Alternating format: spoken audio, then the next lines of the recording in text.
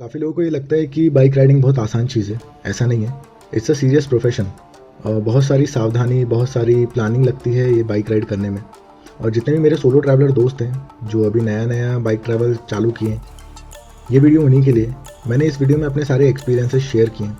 तो वीडियो थोड़ा सा इन्फॉर्मेटिव और थोड़ा थोड़ा बोरिंग भी हो सकता है कुछ लोगों के लिए। So please bear with me.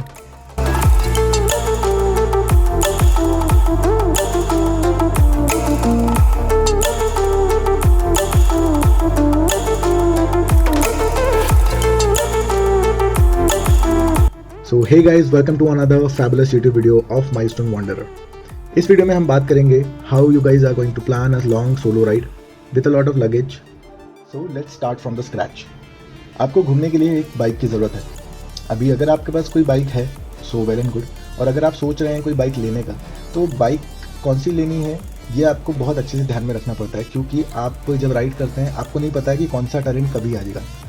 सो ऐसी बाइक लेना चाहिए जो हर टर्रेन पे काम करे। जैसे कि मेरे पास हिमालयन है, so I can ride it on road, I can ride it on off road. So it's an adventure tourer. So मैं उसे कहीं भी राइड कर सकता हूँ। सो इसी टाइप की कुछ बाइक्स का मैंने ये लिस्ट लगा के रखा है। अगर आप लेना चाह रहे हैं तो इनमें से कंसिडर कर सकते हैं। अदरवाइज़ आपके दिमाग में कुछ है सो hit me up in the comment section below. उसके बाद में आता है जहाँ आप जा रहे हैं वहाँ का कंडीशन कैसा है। Like such factors you have to look for, like weather conditions हो गया, उसके बाद में रोड कंडीशंस कैसे हैं। देन अगर आप पहाड़ों पर जा रहे हैं तो एलिवेशन चेंज कितना होगा। सो वो आपको ध्यान में रखना पड़ता है। और ऐसा नहीं है कि आप डायरेक्टली जैसे कहीं से भी निकल रहे हैं और आप डायरेक्टली सोचो कि मैं लद्दाख कर लूँगा, ऐसा नहीं होता है। क्योंकि आपको एक लंबी राइड के पहले छोटी छोटी राइड्स करनी पड़ेंगी so that you can prepare your self physically and mentally. कैसा है ना कि एक बार में अगर आप सोचोगे कि मैं 600 किलोमीटर एक दिन में कर लूँगा, ये पॉसिबल नहीं है। क्योंकि एक टाइम के बाद बाइक पे अनकंफर्टेबल होने लगता है उस दिन के हिसाब से। सो मेरा ये सोचना है कि अगर आप राइड प्लान कर रहे हैं, पहले छोटी छोटी 4-5 राइड्स कर लीजिए, 100 kilometre 200 kilometre. Then you can आपको पता चलेगा कि आपका कंफर्ट लेवल कितना तक जाता है। जैसे अभी मेरे को काफ़ी टाइम हो गया, लाइक मैं साल 1.5 साल से राइड कर रहा हूँ। मुझे पता है कि शुरुआत में जब मैंने स्टार्ट किया था मैं 100 किलोमीटर 200 किलोमीटर 250 किलोमीटर ऐसी राइड्स करता था। लेकिन जब मैंने पहला मेरा लॉन्ग राइड किया जो मेरा था सोमनाथ का, उसमें मुझे पता चला कि मैं एक दिन में करीबन 400 से 500 किलोमीटर कर लेता हूँ। फिर धीरे धीरे मैंने अपना कॉन्फिडेंस बूस्ट किया और फिजिकली अपने आप को प्रिपेयर किया कि एक दिन में 600 किलोमीटर भी हो सकता है, जब मैंने केदारनाथ किया था।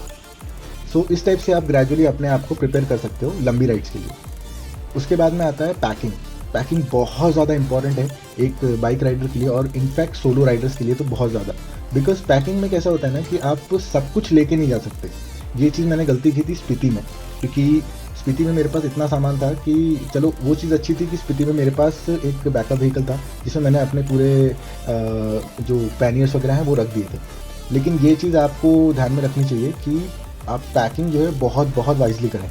उसके बाद में आता है आपका मोटरसाइकिल को प्रिपेयर करना। सो रूट आपने बना लिया है, आपने पैकिंग कर ली है, लेकिन आप मोटरसाइकिल का क्या, जो आपकी बाइक है वो थ्रू आउट द जर्नी आपको हेल्प करने वाली है। So you have to take care of it also. So bike की complete service, like from the fork till the rear tyre alignment, you have to check everything in your bike. Get it check from authorise service centre, जहाँ से भी आपकी bike ली है आपने, वहाँ से पूरी चेक करवा के रखें। उसके बाद में मैं बोलूँगा कि अपने साथ में एक टूल बॉक्स रखें, फर्स्ट एड किट रखें।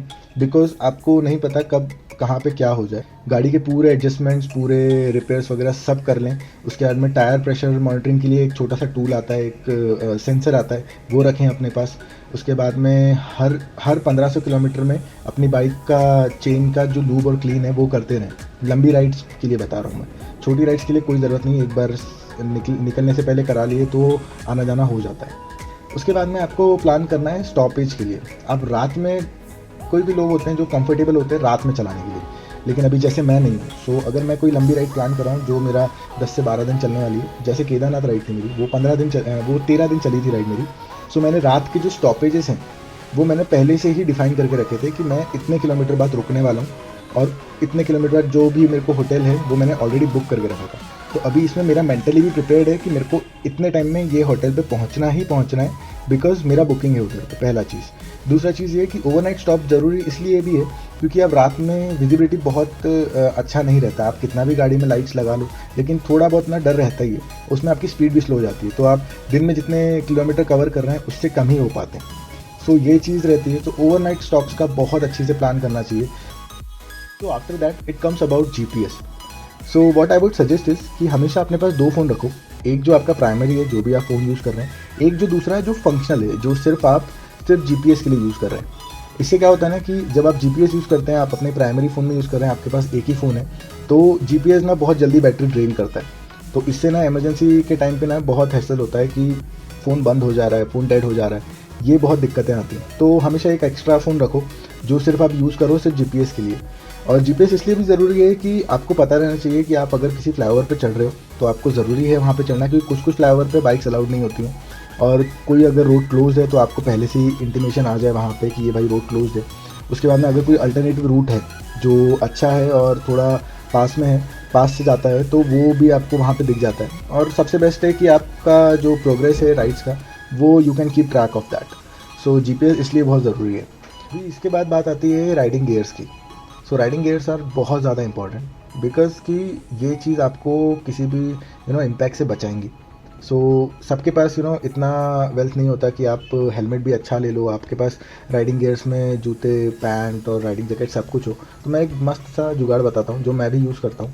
मेरे पास अच्छा हेलमेट है, ISM मार्क वाला काफ़ी अच्छा हेलमेट है। उसके बाद में मेरे पास राइडिंग गियर्स में सिर्फ राइडिंग जैकेट है जो कि बहुत अच्छा है, लाइक राइनॉक्स का मैं राइडिंग जैकेट यूज़ करता हूँ। उसके बाद में पैरों में मैंने एक जो नी गार्ड्स होते हैं वो लेके रखे हैं स्कोकियो के, वो नी गार्ड्स यूज़ करता हूँ मैं। उसके बाद में राइडिंग बूट्स की जगह पे मैं यूज़ करता हूँ डीकैथलॉन के ट्रैकिंग शूज़, जो कि एवरी टेरेन पॉसिबल है, कुछ भी टेरेन में हो आप वहाँ पे यूज़ कर सकते हो बूट्स को, even for riding as well. अभी राइडिंग पैंट्स का ऐसा है कि आप अपने कंफर्ट के हिसाब से either you can get a jeans और जॉगर, या फिर डीकैथलॉन में जाओ, डीकैथलॉन में बहुत अच्छी लोअर्स वगैरह हैं जो आप यूज़ कर सकते हो।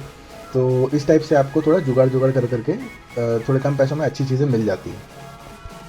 और इसके बाद जो मेन पॉइंट है वो है you have to prepare for emergencies. अभी देखो कैसा है ना कि आप सोलो ट्रैवल कर रहे हो तो कोई कभी भी नहीं बता सकता कि कहाँ पे क्या कुछ हो जाए। So you have to prepare yourself mentally and physically for those emergencies, कि कहीं पे टायर फ्लैट हो गया या फिर कहीं पे कुछ लग गया आपको, तो ये सब चीज़ के लिए आपको खुद प्रिपेयर करना पड़ता है। और जो भी आपका रूट है उस रूट के बीच में जितने भी मेडिकल फैसिलिटीज़ हैं या हॉस्पिटल फैसिलिटीज़ हैं वो आपको नोट डाउन करके रखना पड़ता है कि अगर कुछ हुआ, जस्ट इन केस खुदा ना खास्ता कुछ हुआ, तो आप उधर तक पहुंच सको, या अगर कुछ और ज़्यादा हो गया है तो कोई भी लोग आपको वहाँ तक पहुँचा सके। So in case of emergency anything could happen, आपको ये चीज़ ध्यान में रखनी है। और सोलो ट्रैवल जब करते हैं तो everything has to be done by yourself. कोई भी मदद करने के लिए बहुत लोग आ जाते हैं, लेकिन इनिशियल पॉइंट ऑफ कॉन्टैक्ट आप ही रहते हो, आप ही को सब मैनेज करना है, ये दिमाग में रखो। उसके बाद में क्या है, अगर ये सब चीज़ ध्यान में है तो सबसे बेस्ट पार्ट है एन्जॉय द जर्नी। बहुत सारी फ़ोटोज़ खींचो, बहुत सारे वीडियोज़ लो, हर चीज़ को डॉक्यूमेंट करो, काफ़ी अच्छा है। काफ़ी सेफ्टी प्रिकॉशंस रखो। चीज़ें जब राइड करते हो तो आप सीनरी भी देखो, अपना रोड पे भी ध्यान दो, बस यही है। और इसमें ना पूरा रास्ता निकल जाता है सीनरीज वगैरह देखने में, और बहुत अच्छा मज़ा आता है। मतलब लाइक मैं 1.5 साल हो गया मेरे को राइड करते हुए, मेरे को इतना मज़ा आता है ना जब मैं बाइक पे रहता हूँ। That is my peace of mind कि यार मुझे किस चीज़ की भी फिक्र नहीं है, बस मैं अपना जर्नी इंजॉय कर रहा हूँ। So that's all for this video. अगर अच्छा लगा, इन्फॉर्मेटिव लगा, so let me know in the comment section below, और you can find me on Instagram. ये मेरा इंस्टाग्राम हैंडल है, DM मी देयर। कुछ भी क्वेरीज हैं regarding the ride, regarding planning, I will reply to that. So travelling is the best medicine anyone can have. On that note let's end this video. Do like, share, subscribe my YouTube channel Milestone Wanderer. तब तक के लिए goodbye and have a good life. Blow it up like a volcano.